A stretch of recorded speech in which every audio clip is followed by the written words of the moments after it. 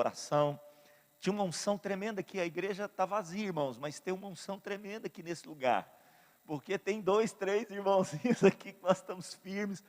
E há uma unção nesse lugar, né? Eu senti uma unção, falei, pô, continua aí, ó. Tem pessoa que eu estava falando para ele parar, mas a unção está aqui, eu tenho certeza que está alcançando a sua vida também nessa manhã. Temos refletido, segundo Crônicas 7,14. Antes de eu falar de segundo Crônicas 7,14, quero só falar aqui que nós devemos dar graças a Deus, porque o Senhor tem respondido as nossas orações pelas manhãs, tem respondido a sua intercessão aí na sua casa, tem respondido você que faz parte do ministério de intercessão, que está sob a cobertura da pastora Lília, tem respondido você que tem orado incessantemente por vidas. A dona Zélia, pastor El, tem nos mandado aí as mensagens, ela está se recuperando dia após dia, está para ser estubada, vai ser algo tremendo, Senhor, para nós, eu creio, e quando ela já estiver estubada, recuperada, sarada, vacinada, tenho certeza que ela vai estar aqui, né? Recebendo a palavra do Senhor, ouvindo a palavra do Senhor, nós vamos nos alegrar. Tem a Súlia, que é amiga da pastora Beth, amiga da tia Vera, que tem nos enviado, a filha dela tem nos enviado mensagem. Ela foi estubada ontem, ela saiu da intubação, estado crítico, saiu da intubação, então ela foi estubada, está curada, está nesse processo ainda, né? Ainda precisa restaurar o pulmão e tal, recuperar, não está mais com vírus, mas Deus tem feito coisas tremendas na vida dela. Recebi uma mensagem da irmã do pastor Robson de Lavras, lá de Itajubá, ela estava com 75% do pulmão comprometido, problemas com diabetes, colesterol e bronquite. Então era um quadro assim, totalmente pendente à morte. E ela está recuperando, a probabilidade que ela seja estubada amanhã ou terça-feira, ela já está sem sedação, respondendo aos estímulos. Oramos pelo Eduardo, o Eduardo já saiu do hospital, está em casa. Então são vidas, né, que Deus tem respondido. A Silvia falou sobre, não sei se é prima dela, acho que é sobrinha da dona Cici, que deu à luz, como é que chama aquele problema que dá quando tem que dar à luz com antecedência? É glaucoma que fala? Eclampsia, isso. Ela deu eclampsia, né, pré-eclampsia que chama, pré-eclampsia, teve que dar à luz a criança nasceu prematura, as duas corriam risco de morte. A mãe já está em casa, todos os dias já está visitando a filha, levando o leitinho que está produzindo. Então Deus tem respondido as orações. Eu quero te desafiar, continue, né, respondendo aquilo que está em 2 Crônicas 7,14. Semana que vem, provavelmente nós vamos fazer a ceia, nós vamos orar para que você tome a ceia na sua casa. Aqueles que pode passar aqui, olha, na frente. Nós estamos escalando só um diácono. O diácono vai levar a ceia até você. Se você pode sair da sua casa e pegar aqui, mas você prepare a sua ceia na sua casa. Então semana que vem, dia 14, cadê pessoal, é isso mesmo, dia 14 a nossa ceia está confirmada, né? Nós não podemos nos reunir presencialmente, mas aí na sua casa você vai orar pelo vinho, pelo suco, vai orar pelo pão, e nós vamos crer que a unção do sangue do corpo de Cristo vai estar nos unindo, nos curando, nos sarando, em nome de Jesus. Esse é o mês da ação. Março é o mês de boas obras em ação. Já vamos fazer uma doação para o hospital de campanha essa semana. Estamos preparando os kits de doação. Estamos levantando 50 cestas básicas. Vamos abençoar 50 famílias nesse mês, né? Eu trouxe a minha cesta, já tinha 3 lá, então são 4 cestas, parece que eu vi mais uma aqui. Então nós vamos alcançar essas 50 cestas. Quero desafiar você a adotar uma criança Dalit lá na Índia. Nós vamos passar posteriormente para os grupos, por isso que é importante você estar lá no grupo de membros da igreja. Algumas pessoas saíram, elas vão ficar sem essas informações. Depois tem igrejas que falam, mas eu não sabia, porque você está fora do grupo. Porque todas as informações estão lá, sendo transferidas. Você precisa estar lá no grupo dos membros da El Shaddai. Vamos transferir. Como você pode adotar essa criança? Nós queremos fazer um cadastro, queremos ver se nós alcançamos a adoção de 50 crianças nesse mês. E será tremendo, irmãos, eu tenho certeza. Olha, o diabo, o inferno, tenta nos paralisar de todas as formas. Mas a igreja não vai parar, e as portas do inferno não vão prevalecer contra ela, em nome de Jesus, em nome de Jesus. Então, segundo Crônicas 7,14, nós temos visto aí, o pessoal está transferindo aí para você a projeção, eu acho, né, não sei, aqui na televisão não estou vendo, mas eu acho que o André vai transferir para você. Aqui não tem como nós projetarmos o data show. Então nós temos falado sobre essa questão da ação da terra em relação à reação dos céus. Para toda reação celestial precisa haver antes uma ação terrena. Falamos sobre a ação do pecado que promoveu tanta maldição, mas também da ação de Cristo que nos redimiu, nos resgatou. E começamos a falar sobre o desafio de Deus para nós. Das 3 ações que Deus desafia a mim e a você. Se o meu povo, que se chame pelo meu nome, primeiro, se humilhar e orar. Falamos sobre isso. Segundo, buscar a minha face. Compartilhamos sobre isso. Hoje eu quero compartilhar sobre se converter dos seus maus caminhos. Falamos sobre essa importância de você buscar os pés do Senhor em humilhação. Falamos dessa importância de você buscar as mãos do Senhor em oração e clamor. Mas falamos da importância de você buscar a face do Senhor. Quando nós buscamos a face de Deus, escute aqui, igreja que está nas casas, quando nós buscamos a face do Senhor, nós somos transformados, aquilo nos marca. Então escute, às vezes, nós, num momento de crise, de dor, nós caímos aos pés do Senhor. Você percebe isso na Bíblia, não são poucos aqueles que caem aos pés do Senhor. Mas muitos, depois que caíram, se prostraram aos pés do Senhor, muitas daquelas pessoas, elas, depois que se levantaram, elas não prosseguiram com o Senhor. Alguns buscaram apenas o favor de Deus. Aí é que é pior ainda, porque ela queria só o socorro naquele momento. Muitas dessas pessoas não voltaram, mas pessoas que viram o Senhor transfigurado no monte, pessoas que viram o Senhor ressurreto dentre os mortos, essas pessoas foram marcadas. Por exemplo, o apóstolo Paulo. O apóstolo Paulo enfrentou tanta luta, irmãos. Era para ser um dos primeiros a cair da fé, né, a apostatar. Ele passou por tantas situações. Ele foi rejeitado até pela igreja, porque a igreja falou, será que ele converteu mesmo? Então, mas o que fez o apóstolo Paulo chegar no fim da carreira dele e dizer o seguinte: olha, combati o bom combate, completei a carreira, guardei a fé. O que levou aquele homem a cruzar a linha de chegada? O que levou? Desde agora está preparada para mim a coroa da justiça, que o Senhor preparará não só para mim, mas para todos aqueles que amam a sua vinda. O que levou? Ele foi marcado. Quando ele caiu do cavalo, ele foi marcado. Ele viu o Senhor. Você preste atenção em Isaías, até o capítulo 5, é uma unção tremenda. Mas no capítulo 5, ele é um profeta que aponta, e a característica do profeta é essa mesmo. Ele é um profeta que aponta, ele diz assim: olha, ai de você, que ajunta fortunas e vai deixando a terra cada vez mais pobre. Capítulo 5 ele fala: ai de você, que transforma aquilo que é bom em ruim, e determina aquilo que é ruim como bom, que diz que aquilo que é doce é amargo, e aquilo que é amargo é doce, que você que inverte os valores. Então ele aponta o dedo, é uma palavra de juízo.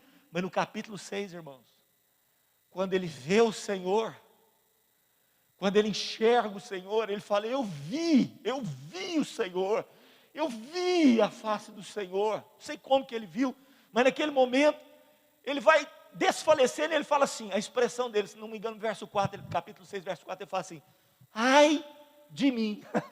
No capítulo 5 ele está falando ai para todo mundo, mas no capítulo 6 ele falou assim, ó, ai de mim, ai de mim. Irmãos, nessa manhã nós precisamos refletir sobre isso. Nós somos tão rápidos em apontar o dedo e dizer para as pessoas: ai de você. Apontar o dedo para o Bolsonaro, ai de você, Bolsonaro. E aqueles que são bolsonaristas, né, amam o Bolsonaro, coloca nos cartazes: a minha vida eu dou para você. Dá a vida para o Bolsonaro, não dá para Jesus, né, irmão? Meu Deus do céu. Mas, sabe, quantas vezes nós apontamos o dedo, porque o partido fulano, só tiro. Nós precisamos ter experiência com o capítulo 6 de Isaías. Ai de quem? Ai de mim. Ai de mim. Ai de mim. Isaías começa a falar, porque eu sou um homem de lábios impuros e habito no meio de um povo de impuros lábios.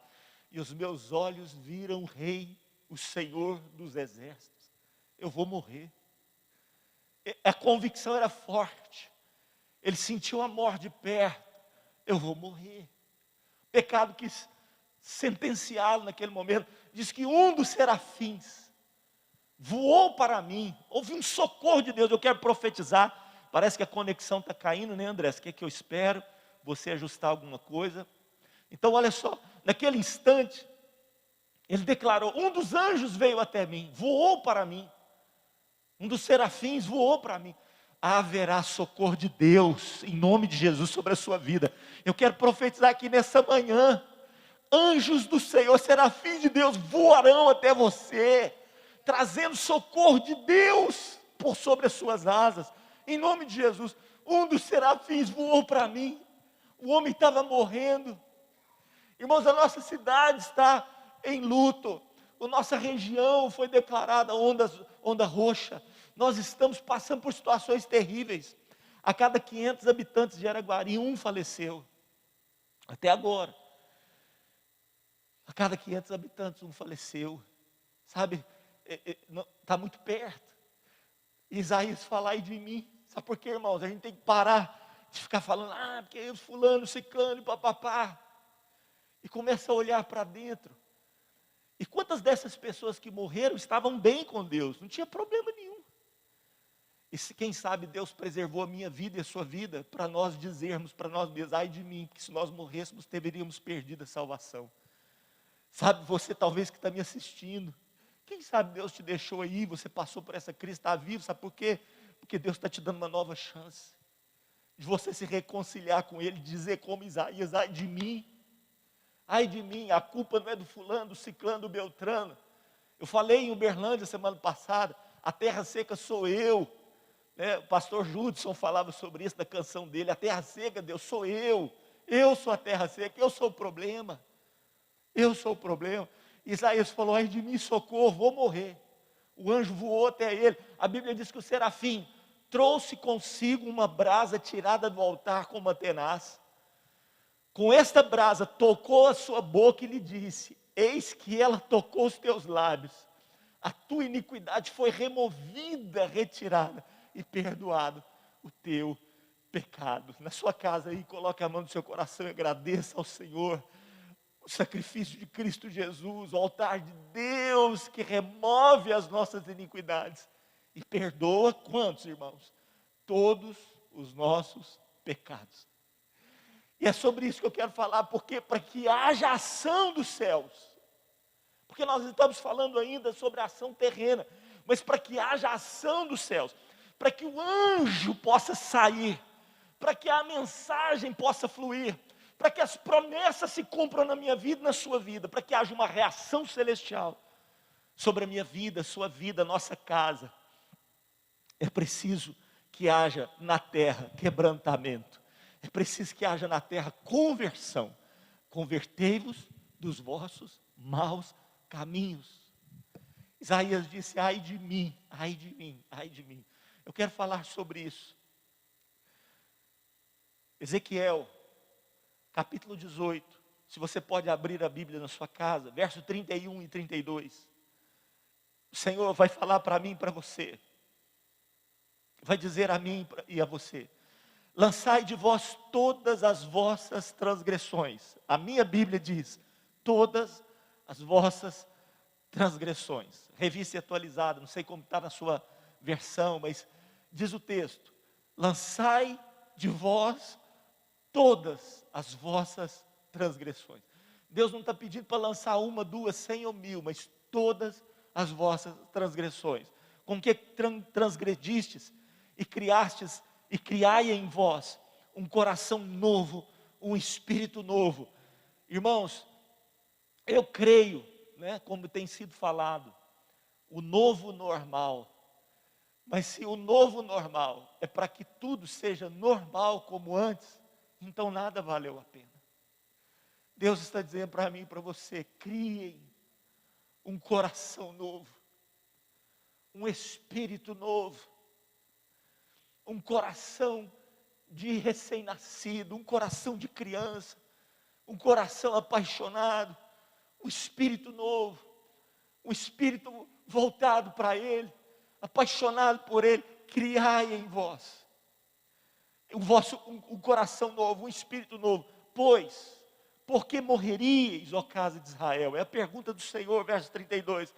Porque não tenho prazer, olha o que Deus diz: não tenho prazer na morte de ninguém, nem do justo e nem do ímpio. Eu não tenho prazer na morte de ninguém. Você sabe que inclusive a morte do justo para Deus, ela é preciosa. Não que Deus queira que o justo morra, mas quando um justo morre, isso é precioso. Por quê? Não é Deus falando assim, eu gosto, não é nada disso. É precioso porque algo precioso naquele momento faleceu. É preciosa. Vale muito aquilo. Eu fico pensando numa pessoa idosa, com tanta experiência, tanta graça de Deus, tanta vida de Deus, quando ele morre, é uma história que foi embora. E Deus fala, aquilo é precioso, aquilo é precioso. Mas Deus não está falando só do justo aqui, está falando, ninguém, eu não me agrado, eu não me satisfaço, eu não tenho prazer na morte de ninguém. Se você está em luto, Deus está contigo. Eu me lembro de uma vez que eu entrei no Hospital das Clínicas em Goiânia, e entramos na ala dos recém-nascidos, na ala das gestantes. Nós começamos a pregar ali, e falávamos, as pessoas estavam cabisbaixas, e eu comecei a dizer, olha, Deus amou você, de tal maneira que Ele entregou o seu filho. E naquele momento, então, uma das mulheres falou assim, como que Deus pode amar essa mãe aí? Ó, ela acabou de perder a criança dela. Irmãos, naquele momento, não queira você estar no meu lugar. E aquele clima pesado, como Deus pode amar uma mãe como essa, que acabou perdendo o seu filho? Eu cheguei pertinho daquela mãe e disse para ela assim, Deus sabe o que você está sentindo, porque Ele também viu seu filho morrer por você. Se você está em luto, Deus está contigo. Se você está em lágrimas, Deus chora com você. Ele está junto com você. Não tem prazer na morte de ninguém.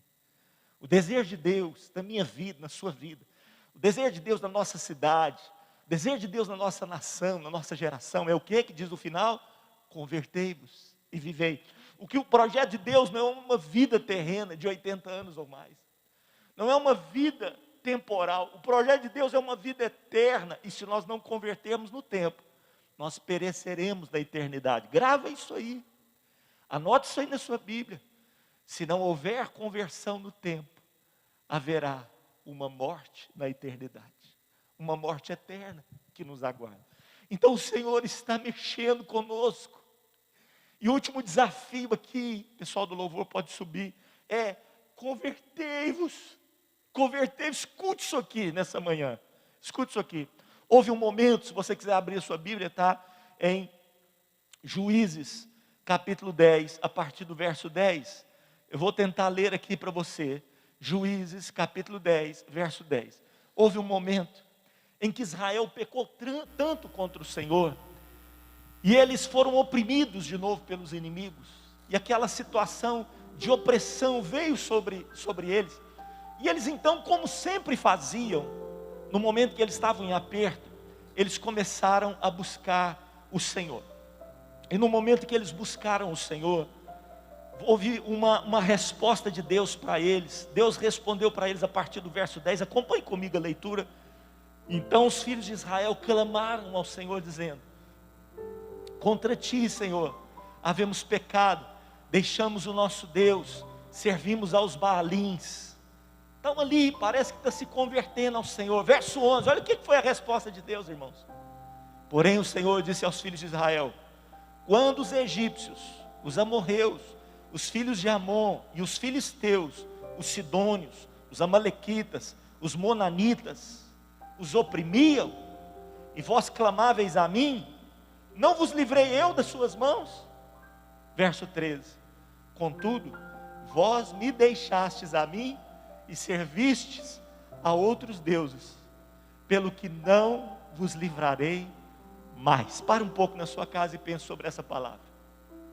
Deus está dizendo aqui para Israel, Eu já livrei vocês tantas vezes, e todas as vezes que eu vos livrei, vocês me abandonaram. Será que será assim, irmãos? Maurício, eu tenho certeza que tudo isso vai passar, em nome de Jesus. Que as coisas vão ser, às vezes, até melhor do que antes. E a pergunta, será que sempre vai ser assim? Depois que tudo volta ao normal, a gente se esquece dele? Nunca se viu tanta oração, nunca se viu tantas pessoas quebrantadas. E quando tudo acabar? Israel, quando via que os inimigos foram vencidos pelo Senhor, eles ficavam um tempinho com Deus, temor a Deus, mas depois logo começavam a fazer arte de novo. Todas as vezes que eu livrei vocês, vocês me abandonaram. Aí Deus fala para eles assim, ó, escute isso aí na sua casa. Deus fala para eles assim, eu não vou livrar vocês mais. E se Deus falar isso para mim e para você? E se Deus disser isso para mim e para você? Olha, eu já te socorri tantas vezes, você não aprendeu. Agora é por sua conta. Eu não te escutarei mais. Eu não te livrarei mais. Irmãos, quando eu li essa passagem pela primeira vez, tem muitos anos isso. E quando isso saltou aos meus olhos, veio um temor tão forte no meu coração. E eu comecei a me colocar no lugar desse povo, falar, Senhor, tem misericórdia, tem misericórdia. Sabe o que esse povo fez? Olha o que eles fizeram. Eu não vos livrarei mais. Olha só, o que está escrito aí na sua Bíblia. A partir do verso 13, verso 14. Deus fala assim, ide, clamai aos deuses que vocês escolheram, eles que vos livrem no tempo do vosso aperto. Vai para lá, vocês não buscarão a Ele. Mas os filhos de Israel disseram ao Senhor, temos pecado, faz-nos tudo quanto te parecer bem, porém livra-nos ainda essa vez, te rogamos. E o verso 16, como não houve resposta, olha o que eles fizeram. Tiraram os deuses alheios do meio de si, serviram ao Senhor todos os dias. Sabe o que significa? Convertei-vos dos vossos maus caminhos. Irmãos, todos nós somos muito santos numa reunião de manhã como essa. O problema é na segunda-feira pela manhã. O problema é o nosso dia a dia. Por isso que não é do seu mau caminho, dos seus maus caminhos. Porque são caminhos diversos que nós percorremos. E Deus está dizendo para você e para mim, convertei-vos dos vossos maus caminhos. E esse povo começou, não tinha resposta dos céus, mas aqui na terra, eles jogaram os deuses falsos fora. Eles começaram a se santificar. Eles começaram a servir ao Senhor. Eles dobravam os seus joelhos e oravam. Sabia que Deus não ia responder, mas eles criam. Eles tomaram uma atitude de mudança. E a Bíblia diz, na sequência, verso 16, já não pôde, metade do verso 16, já não pôde ele, Deus, reter a sua compaixão por causa da desgraça de Israel. Eu quero profetizar isso sobre nós. O Senhor não segurará mais a sua mão, reterá a sua mão, mas nos abençoará. O Senhor há de abençoar a sua vida. Vamos adorar o Senhor com uma canção antes de nós terminarmos a reunião. Eu quero dizer, o Senhor há de ouvir a nossa oração e nos abençoará nessa manhã, em nome de Jesus. Oh, santidade, santidade, Espírito preciso do teu perdão. Comece a dizer isso para o Senhor nessa manhã. Preciso de ti. Deus, eu preciso, eu preciso, eu preciso. Quebranta meu coração. Eu preciso. Como uma coça anseia por águas, assim tenho sede. Diga isso ao Senhor. Como terra seca, sim é minha alma, preciso de ti.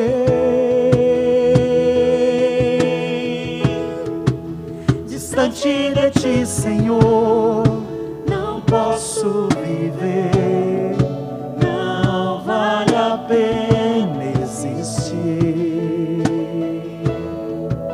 Escuta o meu clamor, mas que o o ar que eu respiro, preciso de ti.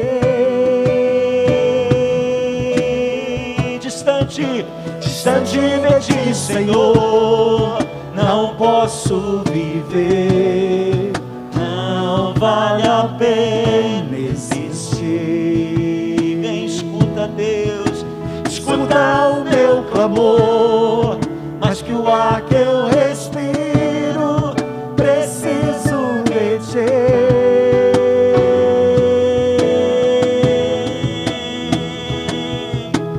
Lutas vêm tentando me afastar de ti. Frieza, escuridão procuram Me cegar, mas eu não vou desistir. Ajuda-me, Senhor, quero permanecer contigo até o fim.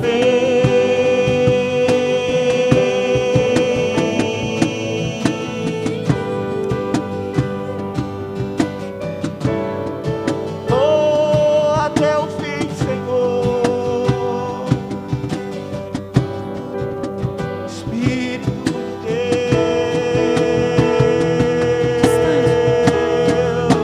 distante de ti, Senhor, não posso viver, vale a pena. não vale a pena existir. Fale isso para o Senhor nessa manhã. Escuta o meu clamor, mas que o ar que eu respiro, preciso de ti. Pela última vez, distante de ti, Senhor, não posso viver, não vale a pena. não vale a pena existir. Escuta, Deus, o meu clamor. Escuta o meu clamor, mas que o ar que eu respiro, preciso de ti. Preciso de ti. Esse é o clamor meu. Esse é o clamor da nossa casa. Esse é o clamor de toda a nossa parentela. Esse é o clamor do nosso bairro, da nossa cidade, do nosso estado. Esse é o clamor da nossa nação. Esse é o clamor dessa geração. Deus, precisamos de Ti. Precisamos de Ti. Mais do que a água no tempo de Acabe, mais do que o pão no meio do deserto, mais do que o ar da pandemia que temos vivido. Nós precisamos de Ti. Precisamos de Ti, Senhor. Tu és o nosso ar, o nosso pão, o nosso sustento. Tu és a nossa água, ô manancial.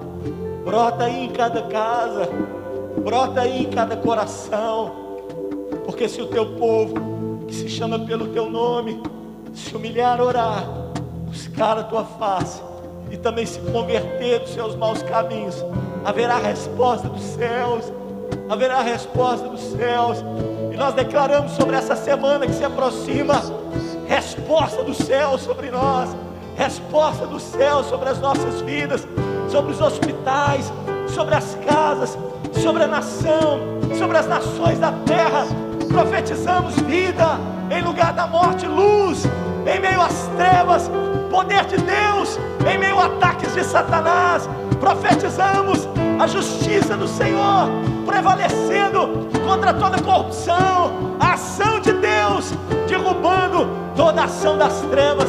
Se você crê na sua casa, aplauda o Senhor, glorifica o Senhor, dê a Ele todo o louvor, toda a honra e toda a glória. O Senhor te abençoe e te guarde, resplandeça o rosto dele sobre ti, tenha misericórdia de ti, sobre ti levante o rosto, te dê paz. O Senhor te abençoe e te guarde em nome de Jesus.